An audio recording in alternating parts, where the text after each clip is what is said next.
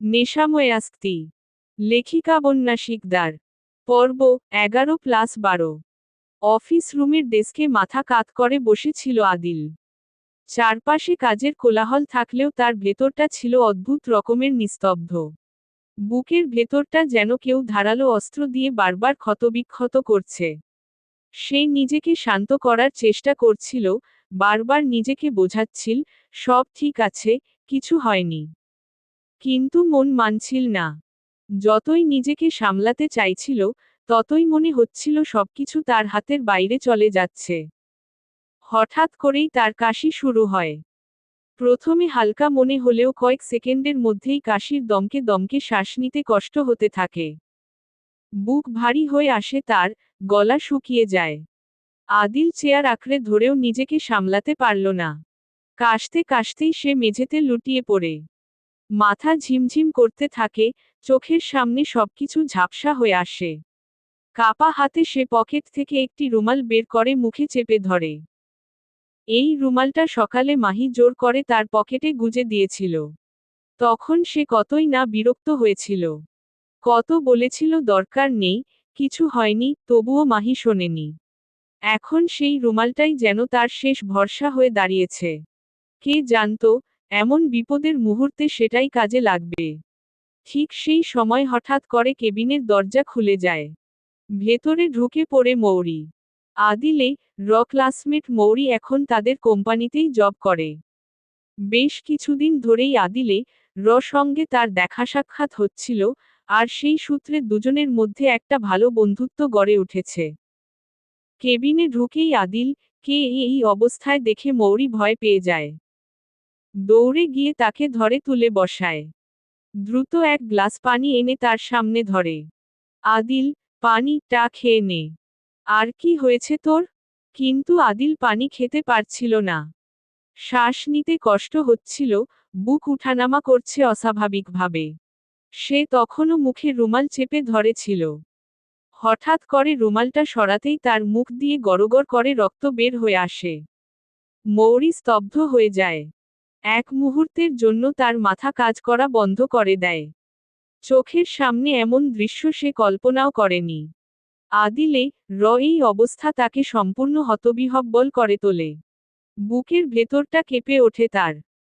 কিছুক্ষণ পর আদিলে, কাশি একটু কমে আসে, শ্বাস স্বাভাবিক হতে থাকে। মৌরি কাপা কণ্ঠে বলে ওঠে, আ আদিল, তোর কি হয়েছে? গলা দিয়ে রক্ত পড়ছে কেন? সত্যি করে বল তো, তোর কোনো বড় রোগ হয়নি তো? আদিল অনেক কষ্টে নিজেকে সামলে নেয়। মুখে জোর করে একটা স্বাভাবিক ভাব আনার চেষ্টা করে সে। রোগ হবে কেন? আমার অতিরিক্ত কাশি উঠলে এমন হয়। তুই টেনশন নিস না, সব ঠিক হয়ে যাবে। কিন্তু মৌরির বিশ্বাস হয় না। সে ভ্রু কুঁচকে তাকায়। তুই কি আমাকে গাধা পেয়েছিস? যা বলবি আমি তাই বিশ্বাস করব? এমনি এমনি কারো গলা দিয়ে রক্ত পড়ে না, আদিল। আমি শিওর তোর কিছু একটা হয়েছে। আদিল শুকনো ঢোক গিলে নেয়। চোখ এড়িয়ে যায় তার। তুই কথা বাড়াচ্ছিস কেন? আমি তো বলছি এমনি এমনি, তবুও বারবার জিজ্ঞেস করছিস কেন? মৌরি শক্ত গলায় বলে। আমাকে বলবি না তাহলে? ওকে আমি অয়নকে। কথাটা শেষ হওয়ার আগেই আদিল আতকে ওঠে। এই না না, মৌরি প্লিজ। অয়ন, কে কিছু বলিস না। আমি সব সত্যি বলছি তোকে। শেষ পর্যন্ত আর নিজেকে ধরে রাখতে পারে না আদিল। ধীরে ধীরে এক এক করে সব সত্যি খুলে বলে, যে সত্য এতদিন সে নিজের বুকের ভেতর চেপে রেখেছিল। মৌরি সব শুনে চুপ করে যায়। এত বড় বাস্তবতা শুনে সে কিছুই বলতে পারে না। হঠাৎ করে আদিল মৌরির হাত শক্ত করে আঁকড়ে ধরে। মৌরি প্লিজ, এখন যে সিক্রেট কথাগুলো তোকে বললাম কাউকে বলিস না। আমি চাই না কেউ এসব জানুক। যেদিন সবাই জানবে, সবাই অনেক কষ্ট পাবে। আমার মাহি কুইনটা, সে সবচেয়ে বেশি কষ্ট পাবে। আমি কিছুতেই ওকে কষ্ট দিতে চাই না। মৌরি কিছু বলতে চেয়েও থেমে যায়। কিন্তু আদিল অনুনয়ের স্বরে বলে, প্লিজ মৌরি, আমাকে একটু বুঝার চেষ্টা কর। পসিবল হলে আমি নিজেই অন্তত অয়নকে বলতাম, কিন্তু ওকেও এসব বলা যাবে না। আমি যতদিন বেঁচে আছি ততদিন সবাই এই আমিটাকেই ভালোবাসুক, এর থেকে বেশি কিছু চাই না আমি।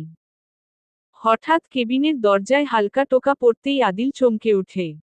মুহূর্তের মধ্যে নিজেকে সামলে নিয়ে চেয়ারটায় সোজা হয়ে বসে পড়ে। তার বুকের ভেতরটা কেমন দুরুদুরু করতে থাকে, এই সময়ে কেউ আসার কথা ছিল না। দরজা ঠেলে উকি দিতেই দেখা যায় মাহি। তাকে দেখামাত্র আদিলে মুখের রং পাল্টে যায়। যেন কেউ হঠাৎ করে তার গোপন জগতে ঢুকে পড়েছে। আদিল কিছু বলার আগেই মাহি নির্দ্বিধায় কেবিনের ভেতরে ঢুকে পড়ে। কেবিনে ঢুকেই মাহি প্রথমে আদিলে দিকে তাকায়, তারপর তার চোখ পড়ে রুমে দাঁড়িয়ে থাকা মেয়েটার দিকে। অচেনা সেই মেয়েটাকে দেখে মাহি কপাল মুহূর্তেই ভাঁজ পড়ে যায়। চোখ দুটো কটমট করে ওঠে। অন্যদিকে মৌরি একেবারেই স্বাভাবিক, বরং বেশ হাস্যোজ্জ্বল মুখে মাহি দিকে এগিয়ে আসে। নিজের হাত বাড়িয়ে দিয়ে বন্ধুত্বপূর্ণ স্বরে বলে, হাই, মৌরি। আচ্ছা, তোমার নাম কি মাহি? মৌরি কথা শেষ হতে না হতেই মাহি মুখ বাঁকিয়ে ভেঙচি কাটে। হাতটা একেবারেই না ধরেই তীক্ষ্ণ স্বরে বলে ওঠে, আমার নাম মাহি না, আমি হলাম মিসেস আরিয়ান শেখ আদিল। বুঝেছেন? আমি তার একমাত্র বউ। বাই দা ওয়ে, আপনি কে? এই সময় নিজের কাজ ছেড়ে আমার জামাইয়ের কেবিনে দাঁড়িয়ে কি পীড়িতের আলাপ করছেন? মাহি কথার ভঙ্গিতে এমন অধিকার আর আত্মবিশ্বাস যে আদিল চাইলেও মুখ সোজা রাখতে পারে না। সে মাথা নিচু করে ঠোঁট চেপে হাসে। এই মেয়েটা তাকে প্রাণ দিয়ে ভালোবাসে, এতটাই ভালোবাসে যা ভাষায় প্রকাশ করা যাবে না। অথচ সেই ভালোবাসা তার জন্য নিষিদ্ধ, সে জানে, সে চাইলে কাউকে নিজের করে নিতে পারবে না। সে অদৃশ্য এক গণ্ডির ভেতর বন্দী। মৌরি মাহি দিকে কয়েক সেকেন্ড তাকিয়ে থাকে। ঠোঁটের কোণে এক চিলতে হাসি রেখে বলে, সেটা সিক্রেট, তোমাকে বলা যাবে না। আর তুমি আদিল কে কবে বিয়ে করলে? আদিল, তুই তো আমাকে কিছু বলিসনি। আদিল কিছু বলার আগেই মাহি গোড়গোড় করে উঠল। আপনি কোন দেশের মহারানী যে আপনাকে জানিয়ে বিয়ে করতে হবে? বুইরা বেডির মতোই থাকেন। ও আট। পেতনিদের মতো চিৎকার করা বন্ধ করে তাড়াতাড়ি এই কেবিন থেকে বের হন। আমি আমার জামাইয়ের সঙ্গে পার্সোনাল কথা বলবো। মৌরি অবাক হয়ে বড় বড় চোখে তাকায়। এত স্পর্ধা সে আশা করেনি। ঠান্ডা গলায় বলে, বের না হলে কি করবে শুনি? মাহি এবার আদিলে দিকে ঘুরে দাঁড়ায়। চোখে স্পষ্ট হুমকি, গলায় কর্তৃত্ব। জামাই, আপনি কি এই মহিলাকে যেতে বলবেন? নাকি আমি আমার স্টাইলে বের করব? এই পরিস্থিতি আর বাড়তে দিতে চায় না আদিল। সে দ্রুত বলে ওঠে, এই না, মৌরি তুই এখন নিজের কাজ কর গিয়ে, পরে কথা বলবো তোর সাথে। মৌরি আর কোনো কথা না বাড়িয়ে কেবিন থেকে বেরিয়ে যায়। বেরিয়ে যাওয়ার সময় মাহি তাকিয়ে ভেঙচি কাটে, যেন যুদ্ধ জিতে এসেছে। ধীরে ধীরে মাহি এসে আদিলে কোলে বসে পড়ে। হঠাৎ এমন আচরণে আদিল বিস্মিত নয়নে তার দিকে তাকিয়ে থাকে। কি বলবে ভেবে ওঠার আগেই মাহি চোখ বড় বড় করে তাকিয়ে হুমকির সুরে বলে ওঠে, এখন যদি কিছু বলেন, তাহলে সত্যি সত্যি আপনাকে তক্তা বানিয়ে ফেলব। ওই শাকচুন্নিদের সঙ্গে বসে কত মিষ্টি মিষ্টি কথা বলেন, আর আমার বেলায় মুখ খুললেই তেতো তেতো কথা বের হয়। আদিল আর কিছু না বলে উল্টো প্রশ্ন ছুড়ে দেয়, তুই ক্লাস ফাঁকি দিয়ে এখানে কেন এসেছিস? মাহি লজ্জায় চোখ নামিয়ে নরম কণ্ঠে উত্তর দেয়, আপনার সঙ্গে প্রেম করতে এসেছি। আদিল ভ্রু কুঁচকে তাকায়, মাইর দেব? মাহি খিলখিল করে হেসে বলে, দিতেই পারেন, তবে সঙ্গে ভালোবাসাটাও দিতে হবে। এই বলে মাহি হঠাৎ নিজের ব্যাগ খুলে একটা ছোট টিফিন বক্স বের করে। ঢাকনা খুলতেই ভেতর থেকে ভেসে আসে নুডলসের সুঘ্রাণ। কাঁটা চামচে একটু নুডলস তুলে সে আলতো করে আদিলে মুখের সামনে ধরে। আদিল এক মুহূর্ত তাকিয়ে থাকে, তারপর আর কোনো আপত্তি না করে মুখে তুলে নেয়। মাহি নিঃশব্দে তার মুখের দিকে তাকিয়ে থাকে, যেন বুঝতে চায়, রান্নাটা আদৌ ভালো হয়েছে কিনা। একটু দ্বিধা নিয়ে সে জিজ্ঞেস করে, নুডলস কেমন হয়েছে আদিল ভাইয়া? আদিল কিছুক্ষণ চুপ করে থাকে। সেই নীরবতা মাহি বুকের ভেতর কেমন করে ওঠে। যে মেয়েটা জীবনে কখনো রান্নাঘরের ধারেকাছেও যায়নি, সে আজ কত যত্ন করে, কত কষ্ট করে রান্না করেছে। এই ভাবনাটাই তাকে দুর্বল করে দিচ্ছে। ঠিক তখনই আদিল মুচকি হেসে বলে ওঠে, হুম, অনেক অনেক অনেক টেস্ট হয়েছে। আচ্ছা বল তো, এটা কে রান্না করে দিয়েছে? আম্মা না বড় আম্মা? মাহি সঙ্গে সঙ্গে অভিমানী মুখ করে বলে, এত কষ্ট করে নিজে হাতে রান্না করলাম, হাত পুড়িয়ে ফেললাম, আর আপনি বলছেন আম্মারা রান্না করেছে। এই কথা শুনেই আদিলে চোখ বদলে যায়। সে দ্রুত মাহি হাত টেনে নিয়ে ভালো করে দেখতে থাকে। হাতের আঙুলে আর তালুতে হালকা পোড়া দাগ স্পষ্ট। সেই দাগ দেখে আদিলে বুকের ভেতর রাগ আর অস্থিরতা একসাথে চেপে বসে। কর্কশ কণ্ঠে সে বলে ওঠে, বেয়াদব! তোকে কে বলেছে এই শীতে হাত পুড়িয়ে রান্না করতে? আমি কি তোকে বলেছি আমার জন্য নুডলস বানিয়ে আনতে? মাহি একটুও ভয় পায় না, বরং খিলখিল করে হেসে আদিলের চোখের দিকে তাকিয়ে বলে, আপনি না বলেন আমাকে ভালোবাসেন না? তাহলে আমার হাত পুড়ে গেছে দেখে আপনার এত রাগ হচ্ছে কেন? হুম হুম হুম। সঙ্গে সঙ্গে আদিল চুপ হয়ে যায়। এই নীরবতা তার জন্য নিরাপদ নয়, সে জানে। কারণ সে যত বেশি চুপ থাকবে, মাহি চোখের দিকে তাকাবে, ততই নিজের সিদ্ধান্তে টলমল করবে। অথচ যেভাবেই হোক, তাকে মাহিকে নিজের কাছ থেকে দূরে সরাতেই হবে। কয়েক দিনের সুখের বিনিময়ে সে সারা জীবনের কান্না উপহার দিতে পারবে না। যতটা কঠোর হওয়া দরকার, সে ততটাই কঠোর হবে, নিজের হৃদয় ভেঙে হলেও। আদিল আলতো করে মাহি হাত নিজের হাতের ভাঁজে জড়িয়ে ধরে। কণ্ঠটা অস্বাভাবিক নরম, কিন্তু কথাগুলো নির্মম। মাহি কুইন, প্লিজ একটু বোঝার চেষ্টা কর। আমি তোকে একটুও ভালোবাসি না। এমনকি তোকে কখনোই আমার লাইফ পার্টনার বানাতে পারবো না। মাহি অবাক হয়ে তাকিয়ে থাকে। চোখে তখনও বিশ্বাসের আলো। কেন পারবেন না? মানুষ চাইলে তো সব পারে। আপনি ধীরে ধীরে আমাকে ভালোবাসুন। আচ্ছা, ভালোবাসতেই হবে না, আপনি শুধু আমার হয়ে থেকে যান। আদিল চোখ বন্ধ করে দীর্ঘ নিঃশ্বাস নেয়। তারপর দৃঢ় কণ্ঠে বলে, মাহি, তুই কেন বুঝতে পারছিস না? এটা অসম্ভব। যদি সম্ভব হতো, আমি নিজেই চেষ্টা করতাম। কিন্তু বল তো, একটাই মন আমি কয়জনকে দেব? আমি অলরেডি অন্য একজনকে ভালোবাসি। তাকে আমি কিভাবে আমার জীবন থেকে মুছে দিয়ে তোকে গ্রহণ করব? এই কথাগুলো মাহি বুকে বজ্রাঘাতের মতো আঘাত করে। তার চোখ ছলছল করে ওঠে, শ্বাস নিতে কষ্ট হয়। বুকের ভেতর তীব্র ব্যথা শুরু হয়। সে ধীরে ধীরে আদিলে কোল থেকে উঠে দাঁড়ায়। আদিল ভাইয়া, আপনি মিথ্যা বলছেন, তাই না? আপনার জীবনে সত্যি সত্যি আর কেউ নেই, তাই তো? আদিল চোখ নামিয়ে নেয়। কণ্ঠ ভারী হয়ে আসে। না কুইন, আমি সত্যি সত্যি অন্য একজনকে ভালোবাসি। আচ্ছা বল, তোর কেমন ছেলে পছন্দ? আমি নিজ হাতে তার সঙ্গে তোর বিয়ে দিয়ে দেব। মাহির চোখ দিয়ে টুপটাপ করে পানি ঝরে পড়ে। কাপা কণ্ঠে সে বলে, আমার অন্য কাউকে লাগবে না। আমার আপনাকেই লাগবে। আপনি কেন বুঝতে পারছেন না আদিল ভাইয়া? এই মাহি জীবনে আপনি ছাড়া আর কোনো পুরুষ নিষিদ্ধ। আর এক মুহূর্তও সেখানে দাঁড়িয়ে থাকার শক্তি তার থাকে না। কাপা হাতে কলেজ ব্যাগটা তুলে নিয়ে সে দৌড়ে বেরিয়ে আসে। পেছনে তাকায় না একবারও। আদিল সেই শূন্য জায়গার দিকে তাকিয়ে থাকে। বুকের ভেতরটা ফাঁকা হয়ে আসে। সে দীর্ঘশ্বাস ফেলে ফিসফিস করে বলে, তোকে কষ্ট দিতে চাই না কুইন, কিন্তু এ ছাড়া আর কোনো পথ নেই আমার। সবার কপালে এমন পাগলি জোটে না। দেখ, তোকে এত কাছে পেয়েও নিজের করে নিতে পারলাম না। তোকে কখনো মুখ ফুটে বলতে পারবো না, ভালোবাসি আমার মাহি কুইনকে। অসম্ভব ভালোবাসি। রাত তখন ঠিক 11টা।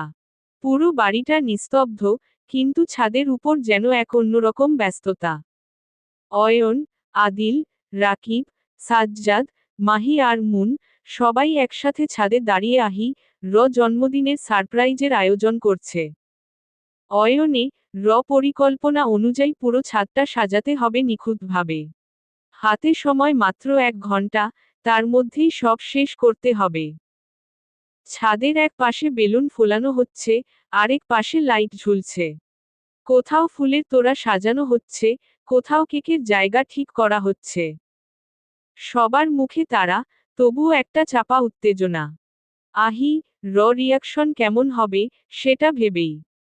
হঠাৎ অয়ন কাজের ফাঁকে রাকিবে দিকে তাকিয়ে খানিকটা গম্ভীর গলায় বলে উঠল, ওই মাদারবোর্ড কাঠগোলাপের গুচ্ছ এনেছিস তো? অয়নে কথা শুনে সবাই মুহূর্তের জন্য থমকে যায়। ঠিক তখনই মুন কপাল কুঁচকে সরল গলায় প্রশ্ন করে বসে, ভাইয়া, মাদারবোর্ড অর্থ কি? তার প্রশ্নটা শুনেই ছাদজুড়ে একরাশ হাসি ছড়িয়ে পড়ে। সাজ্জাদ হেসে 2 হাতে মুখ চেপে ধরে। অয়ন আর আদিল নিঃশব্দে হাসে, অথচ এই হাসির ভিড়ে শুধু জন আলাদা, মাহি আর মুন। মাহি নীরবে নিজের কাজে ব্যস্ত, যেন এসবের সঙ্গে তার কোনো সম্পর্কই নেই। আর মুন দাঁড়িয়ে আছে হ্যাবলার মতো, একদমই বুঝে উঠতে পারছে না সবাই কেন হঠাৎ এমন হাসছে। রাকিব কয়েক কদম এগিয়ে এসে মুনে সামনে দাঁড়ায়। সে একটু অবাক হয়ে জিজ্ঞেস করে, তুমি সত্যিই জানো না মাদারবোর্ড অর্থ কি? মুন ধীরে ধীরে মাথা নেড়ে নিঃশব্দে অস্বীকার করে। এই সরল স্বীকারোক্তিতে রাকিব আরও অবাক হয়ে যায়। ব্যাপারটা বুঝতে পেরে অয়ন দ্রুত এগিয়ে এসে রাকিবে কাঁধে হাত রাখে।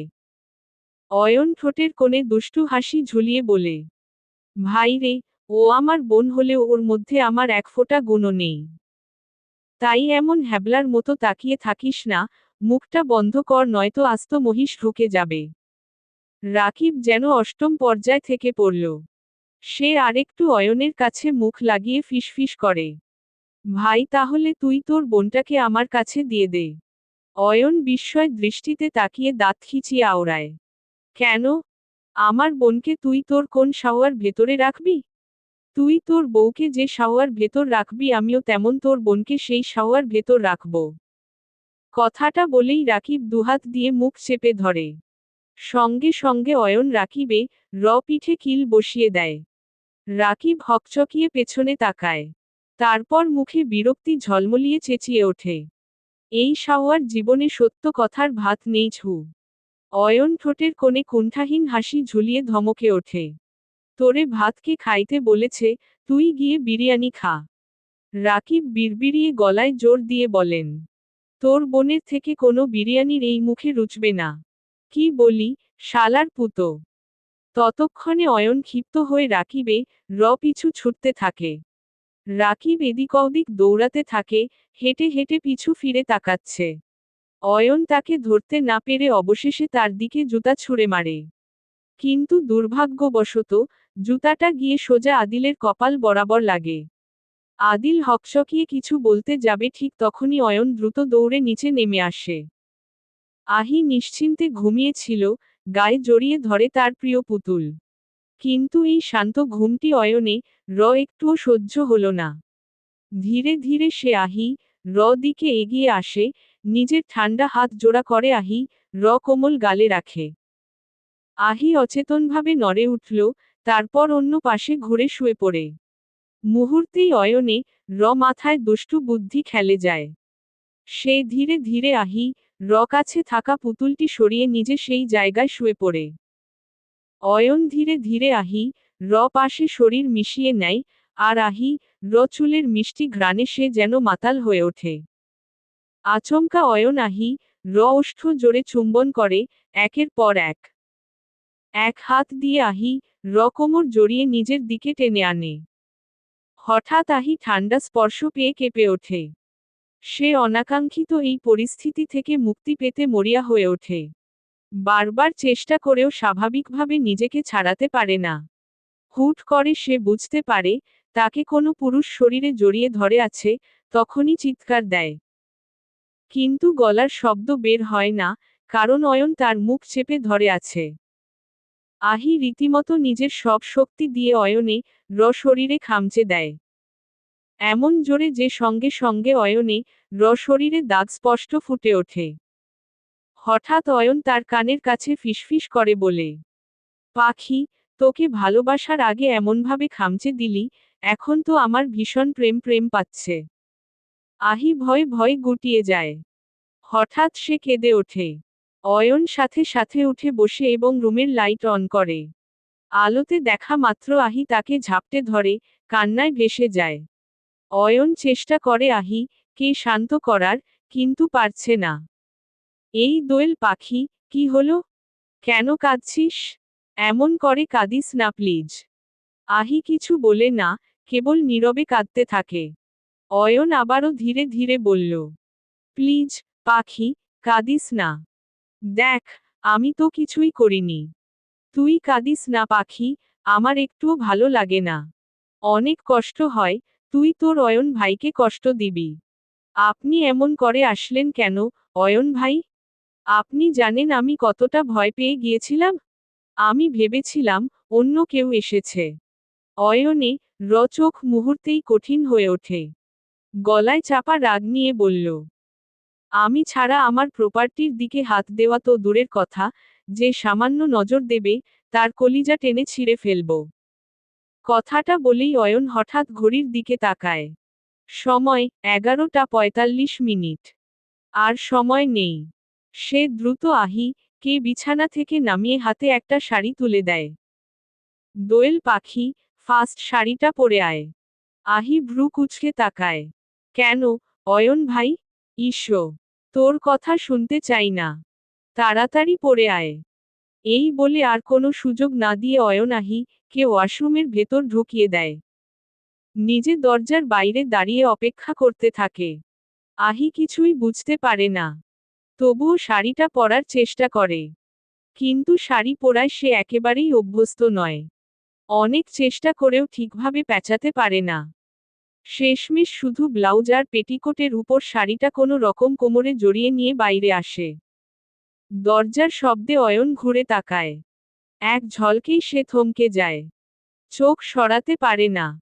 নিজের অবাধ্য দৃষ্টি সামলাতে ব্যর্থ হয়। কয়েক সেকেন্ড পর নিজেকে সামলে নিয়ে হঠাৎ প্রশ্ন করে অয়ন, পাখি, এভাবে এসেছিস কেন?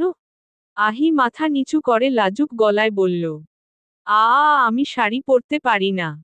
অয়ন আর কিছু না বলে রুম থেকে বেরিয়ে যায়। কিছু সময় পর সে আবার ফিরে আসে, সঙ্গে মাহি।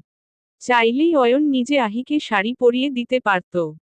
কিন্তু সে চায় না কোনো ভুল বোঝাবুঝি হোক, কোনো সীমা অতিক্রম হোক। তাই নিজের আবেগকে নিয়ন্ত্রণ করেই মাহিকে নিয়ে এসেছে। নেশাময় আস্তি। লেখিকা বন্যা শিকদার। পর্ব 13। লাল টুকটুকে শাড়িতে মোড়া আহি ধীরে ধীরে অয়নে সামনে এসে দাঁড়ায়। ঠিক সেই মুহূর্তে অয়ন যেন সময়ের ভেতর আটকে যায়। এক মুহূর্তের জন্য তার চারপাশের সব শব্দ থেমে যায়, দৃষ্টি জোড়া স্থির হয়ে থাকে উপর। চোখ সরানোর শক্তি তার নেই, যেন লাল শাড়ির আড়ালে লুকিয়ে থাকা মেয়েটা হঠাৎ করেই তার চেনা থেকে সম্পূর্ণ ভিন্ন কেউ হয়ে উঠেছে। সেই দৃষ্টি টের পেয়ে লজ্জায় মাথা নিচু করে নেয়। তার গালের ওপর লালচে আভা স্পষ্ট হয়ে ওঠে। পাশে দাঁড়িয়ে থাকা মাহি পুরো দৃশ্যটা একবার ভালো করে লক্ষ্য করে নেয়। অয়ন আর মাঝের নীরব ভাষা সে বুঝতে পারে খুব সহজেই। ঠোঁটের কোণে হালকা একচিলতে হাসি খেলিয়ে সে নিঃশব্দে দরজার দিকে পা বাড়ায়। দরজা বন্ধ হওয়ার শব্দটা কানে যেতেই অয়ন যেন হুঁশ ফিরে পায়। এক মুহূর্ত দেরি না করে সে সামনে এগিয়ে এসে আচমকা কে কোলে তুলে নেয়। চারপাশে ঘুরতে শুরু করে। হঠাৎ এমন কাণ্ডে ভয় পেয়ে অয়নে চুল শক্ত করে খামচে ধরে। অয়ন ভাই নামান প্লিজ। ভয় লাগছে আমার, পড়ে যাব তো। অয়ন কিছু না বলে আরো কয়েকবার ঘুরিয়ে নেয় তাকে। তারপর ধীরে ধীরে নিচে নামিয়ে দেয়। কিন্তু ছাড়ে না। তার কোমর জড়িয়ে ধরে আরো একটু কাছে টেনে নেয়। খুব কাছ থেকে, নিঃশ্বাসের উষ্ণতায় মিশে গিয়ে নাকের ডগায় গভীর এক চুম্বন বসিয়ে দেয়। হঠাৎ এই ঘনিষ্ঠতায় ছটফট করে ওঠে। কিন্তু অয়ন তাকে ছাড়ে না, বরং কানে ঠোঁট ছুঁয়ে ফিসফিস করে বলে, পাখি, এবার চুলটা ছেড়ে দে। যখন টাইম আসবে, তখন ইচ্ছে মতো টানবি, কিন্তু এখন না। আহি আরো লজ্জায় পড়ে যায়। ধীরে ধীরে আঙুলের বাঁধন আলগা করে দেয়। ঠিক তখনই অয়ন আবার তাকে কোলে তুলে নেয়। তার কণ্ঠ গভীর করে আওড়ায়। আজ আমার পাখি, তাকে অসম্ভব সুন্দর লাগছে। ঠিক এতটাই অপূর্ব লাগছে যে নিজেকে কন্ট্রোল করতে কষ্ট হচ্ছে। এখন বলেন তো ম্যাডাম, এই কষ্টের মূল্য কবে দেবেন? লজ্জা যেন আহি কে আরও শক্ত করে ঘিরে ধরে। সে কিছু বলতে গিয়েও পারে না। কথাগুলো গলায় এসে আটকে যায়। শুধু অয়নে শার্ট শক্ত করে খামচে ধরে রাখে, ঠিক যেন এই মুহূর্তে সেটাই তার একমাত্র ভরসা। অয়ন আর এক সেকেন্ডও দেরি করে না। তাকে কোলে নিয়েই ছাদের দিকে পা বাড়ায়। এক এক করে সিঁড়ির ধাপ পার হচ্ছে অয়ন, আর প্রতিটা ধাপে আহি বুকের ভেতর অজানা এক ভয় জমে উঠছে। কেন এমন হচ্ছে, কেন বুকটা এত জোরে ধুকপুক করছে, সে নিজেও জানে না। ঠিক তখনই অয়ন নিচু স্বরে, আদেশের সুরে বলে ওঠে, পাখি, চোখ বন্ধ করে রাখবি। আমি না বলা পর্যন্ত একটুও তাকাবি না। নয়তো মাইর দেব। অগত্যা আহি কিছু না বলে চোখ বন্ধ করে রাখে। অয়নে কণ্ঠে অদ্ভুত এক নিশ্চয়তা আছে, যার বিরুদ্ধে সে কখনো যেতে পারে না। হঠাৎ ছাদের মেঝেতে পা পড়তেই ঠান্ডা রাতের বাতাস এসে আহি গায়ে লাগে। শরীরটা হালকা কেঁপে ওঠে। অয়ন সেটা টের পেয়ে এক পলক তাকায় তার দিকে, তারপর আবার দৃষ্টি সরিয়ে নেয়। ধীরে ধীরে আহি কে কোলে থেকে নামিয়ে সোজা করে দাঁড় করাই। ঠিক সেই মুহূর্তে চারপাশে মানুষের উপস্থিতি টের পায় আহি। কিন্তু চোখ খোলা নেই। অয়ন তার সামনে মুখোমুখি হয়ে দাঁড়িয়ে খুব আলতো করে আহি হাত নিজের হাতের ভাঁজে ঢুকিয়ে ফিসফিস করে বলে, এবার চোখ খোল, পাখি। আহি দ্বিধা নিয়ে ধীরে ধীরে চোখ মেলে। এক ঝলকে চারপাশ আলোয় ভরে ওঠে। রঙিন লাইটের ঝিলমিল, সাজানো ছাদ, হাসিমুখে দাঁড়িয়ে থাকা সবাই।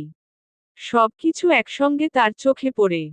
একসঙ্গে সবার কণ্ঠে ধ্বনিত হয়, হ্যাপি বার্থডে আহি। আহি যেন হতভম্ব হয়ে যায়। বিশ্বাস করতে পারে না নিজের চোখকে। এক এক করে সবাই এগিয়ে এসে তাকে গ্রিটিংস জানায়, হাসে, আদর করে। সবশেষে অয়ন খুব যত্ন করে আহি হাতের ভাঁজে এক আলতো চুম্বন এঁকে দেয়। তার কণ্ঠ নরম, গভীর আর ভীষণ আপন।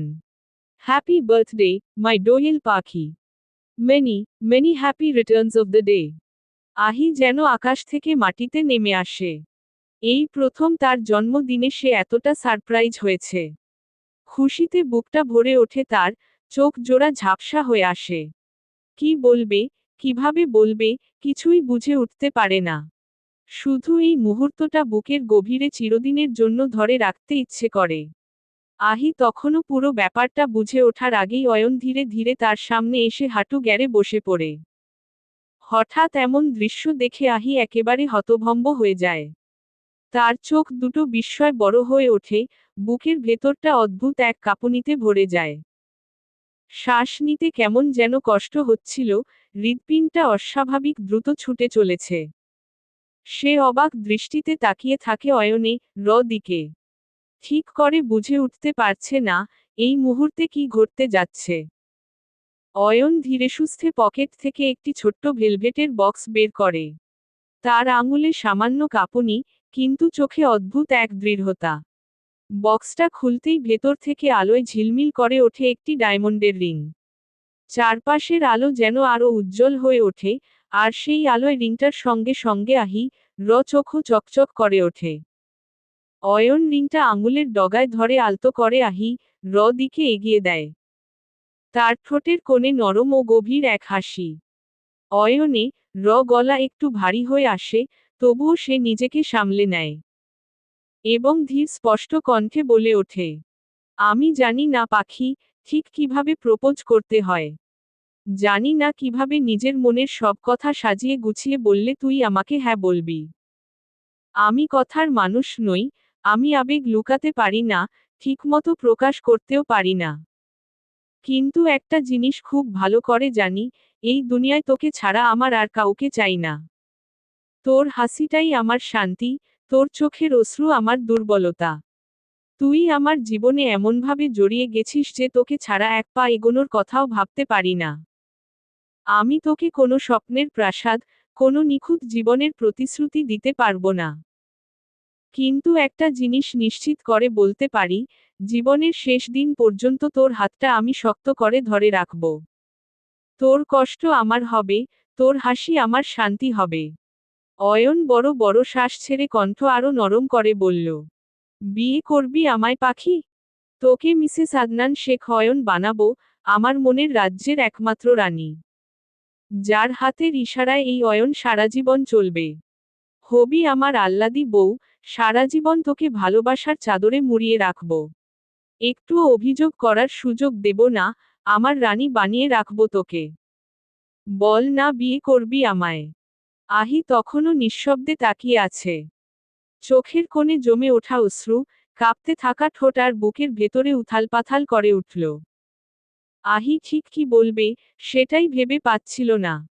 বুকটা ধুকধুক করছে, চোখে হাসি আর লজ্জার মিশ্রণ। হঠাৎ পেছনে দিক থেকে সাজ্জাদ উচ্ছ্বসিত কণ্ঠে বলে উঠল, এই আহি, হ্যাঁ বল তো। আরে বোন, তাড়াতাড়ি বল না। হ্যাঁ বললেই ভাইয়ের কাছ থেকে ট্রিট পাবে। আর আমি সেই ট্রিটের টাকা দিয়ে তোর ভাবির জন্য শপিং করব। রাকিব সাথে সাথে সাজ্জাদে পিঠে কিল বসিয়ে দেয়। ছেছড়ামি বন্ধ কর শালা। লজ্জা করে না ভাইয়ের টাকা দিয়ে গার্লফ্রেন্ডকে শপিং করে দিবি? সাজ্জাদ এক পলক ঘুরে তাকালো। তবুও মৃদু হাসি মুখে সে ফিসফিস করে, লজ্জা পেলে আর জীবনে আর বাপ হতে হবে না। তাই আগে থেকেই লজ্জা দূরে সরিয়ে দিচ্ছি। হঠাৎ অয়ন ধমক দিয়ে সরে আওড়ালো, তোরা চুপ করবি শাওয়ার নাতিরা? সঙ্গে সঙ্গে সবাই নিশ্চুপ হয়ে গেল। অয়ন ধীরে ফিসফিস করে বলল, এই পাখি, কিছু তো বল। বল না আমায়, বিয়ে করবি তুই? আহি দৃষ্টি সরিয়ে আদিলে দিকে তাকালো। আদিল নিশ্চুপ দাঁড়িয়ে আছে। বুকটা তার হা হা করছে, বোন কে না চাইতেও আরেকজনের হাতে তুলে দিতে হবে। যতই সে নিজের বাড়িতে থাকুক না কেন, হৃদয় তো মানছে না, কষ্ট হচ্ছে ভীষণ। এক পলকের নীরবতার পর আদিলে চোখে ছোট্ট ইশারায় হ্যাঁ বলতে বলে আহিকে। সে নিঃশব্দে মাথা কুঁচকায় একরকম অনুমোদন জানালো। আহি অল্প হাসফাস করতে করতে মাথা এক দিক থেকে অন্য দিকে ঘোরালো। মুখে তার মৃদু হাসি, চোখে আনন্দ আর লজ্জার ঝিলিক। হৃদয়টা যেন উল্লসিত, মনে হচ্ছে এক মুহূর্তেই পুরো দুনিয়া উজ্জ্বল হয়ে উঠল। অয়নে চোখে আনন্দ আর মুগ্ধতা দেখা গেল। হঠাৎ করেই অয়ন সকলের সামনে কে টেনে নিজের বুকে জড়িয়ে ধরে। কেউ কিছু বুঝে ওঠার আগেই সে ঠোঁট জোড়ায় নিজের ঠোঁট মিলিয়ে দেয়। মুহূর্তের ভেতর চারপাশ যেন স্তব্ধ হয়ে যায়। এমন দৃশ্য কেউ কল্পনাও করেনি। সময়টা থমকে দাঁড়ায় কয়েক সেকেন্ডের জন্য। প্রথম ধাক্কা সামলে উঠে আদিল তৎক্ষণাৎ চোখ হাত দিয়ে চেপে ধরে। পাশ থেকে রাকিবও তড়িঘড়ি করে মুনে চোখ ঢেকে দেয়। সাজ্জাদ এক পলক তাকিয়েই বিব্রত হয়ে চোখ নামিয়ে নেয়। পরিস্থিতির আকস্মিকতায় সবারই যেন শ্বাস আটকে আসে। ঠিক তখনই আদিল দাঁতে দাঁত চেপে গম্ভীর স্বরে বলে ওঠে, অয়নে, বাচ্চা, এটা তোর বেডরুম না যে যা ইচ্ছে তাই করবি। আমাদের কথা বাদ দিলাম, এখানে তোর দুইটা বোন আছে। আদিলে কণ্ঠে বিরক্তি আর রাগ একসাথে স্পষ্ট। অয়ন তখন ধীরে ধীরে কে ছেড়ে দেয়। হঠাৎ ছাড়া পেয়ে লজ্জা ও অপ্রস্তুততায় অয়নে পেছনে লুকিয়ে পড়ে। তার হৃদস্পন্দন অস্বাভাবিক দ্রুত হয়ে গেছে। মুখটা আগুনের মতো জ্বলছে, চোখ নামানো, ঠোঁট কাঁপছে, কিছুই সামলাতে পারছে না সে। আর অয়ন, সে একেবারেই নির্লিপ্ততা। যেন কিছুই হয়নি। বরং তার চোখে মুখে স্পষ্ট এক ধরনের ডোন্ট কেয়ার ভাব। সে বুক চিতিয়ে দাঁড়িয়ে উদাস কণ্ঠে বলে ওঠে, দুইটা কেন, 5টা বোন থাকলেও আই ডোন্ট কেয়ার। ওদেরও বুঝা উচিত, ওদের ভাই তার বউ কে ঠিক কতটা ভালোবাসে। এই কথায় আদিলে মুখের রং বিরক্তিতে পাল্টে যায়। কিন্তু এই মুহূর্তে কিছু বলার ইচ্ছে তার নেই। সে হাত শক্ত করে ধরে ছাদ থেকে নেমে যায়। তার পেছনে একে একে রাকিব, মুন আর সাজ্জাদও নীরবে নেমে পড়ে। ছাদটা হঠাৎ নিস্তব্ধ হয়ে যায়। শুধু অয়ন আর আহি। চারপাশের নীরবতার মাঝখানে অয়ন ধীরে ধীরে হাত ধরে। তার আঙুলগুলো কাঁপছে, বুঝতে পেরে সে আরো যত্নে ধরে রাখে। তারপর খুব সাবধানে বাম হাতের অনামিকায় রিংটা পরিয়ে দেয়। ছোট্ট করে সেই হাতের ওপর একটি আলতো চুমু এঁকে দেয় সে, যেন নিজের ভালোবাসার সিলমোহর বসিয়ে দিল। সঙ্গে সঙ্গে অয়নের বুকে কিল বসিয়ে দেয়। বদ লোক, কখন কি করতে হয় বুঝেন না আপনি? অয়ন ঝুঁকে পড়ে তার দিকে। তাহলে তুই বুঝিয়ে দে কখন কখন তোকে পাপ্পি দেব। চোখ রাঙিয়ে অয়নে দিকে আঙুল তুলে ধরল। কণ্ঠে কৃত্রিম রাগ, কিন্তু চোখে লুকানো লাজুক ঝিলিক। দেখেন অয়ন ভাই, সাবধান করে দিচ্ছি, এমন পচা পচা কথা বলবেন না। নয়তো আপনাকে আমি বিয়ে করব না। অয়ন ভুরু কুঁচকে তাকায়। ঠোঁটের কোণে দুষ্টু হাসি ঝুলে পড়ে। দেখ পাখি, না দেখিয়ে দেখেন দেখেন বলবি না। তোর কি মনে হয় আমি অসভ্য লোক? মোটেও না, আমি কিন্তু খুবই সভ্য লোক হু। নাক কুঁচকে তাকায়। ভদ্র লোক? তা তো দেখতেই পাচ্ছি আপনি কেমন ভদ্র। অয়ন চোখ টিপে ধীরে ধীরে বলে। দেখেই বিচার করছিস কেন? না দেখে একটু টেস্টও তো করতে পারিস। খেতে খুব বেশি খারাপ লাগবে না, ট্রাস্ট মি। অয়ন ভাই। চুপ কর মাতারি, এই ভাই ভাই ডাকাটা একটু কমা। মাঝে মাঝে জান টান বলেও ডাক। তাতে একটু বউ বউ ফিল আসবে। মাথা নেড়ে স্পষ্ট জবাব দেয়। পারবো না আমি। অয়ন কৃত্রিম বিস্ময় তাকায়। তা পারবি কেন? পারবি শুধু এই সভ্য, ভদ্র মানুষটাকে ক্যারেক্টার লেস করতে। মাথা নিচু করে দাঁড়িয়ে থাকে। ঠোঁটের কোণে লাজুক হাসি খেলে যায়। অয়ন আর এক মুহূর্ত দেরি না করে তার হাত টেনে নিয়ে যায় ছাদের দোলনার কাছে। জন পাশাপাশি বসে পড়ে। চারপাশে নরম আলো, ওপরে খোলা আকাশ, আর আকাশজুড়ে ঝুলে থাকা পূর্ণিমার চাঁদ। আজকের রাতে, এই দোলনায় বসেই অয়ন তার প্রেয়সী সঙ্গে নতুন করে ভালোবাসার পূর্ণিমা দেখবে। তাকে বুঝতে শেখাবে ভালোবাসা কেমন, কি তার অনুভূতি। চলমান।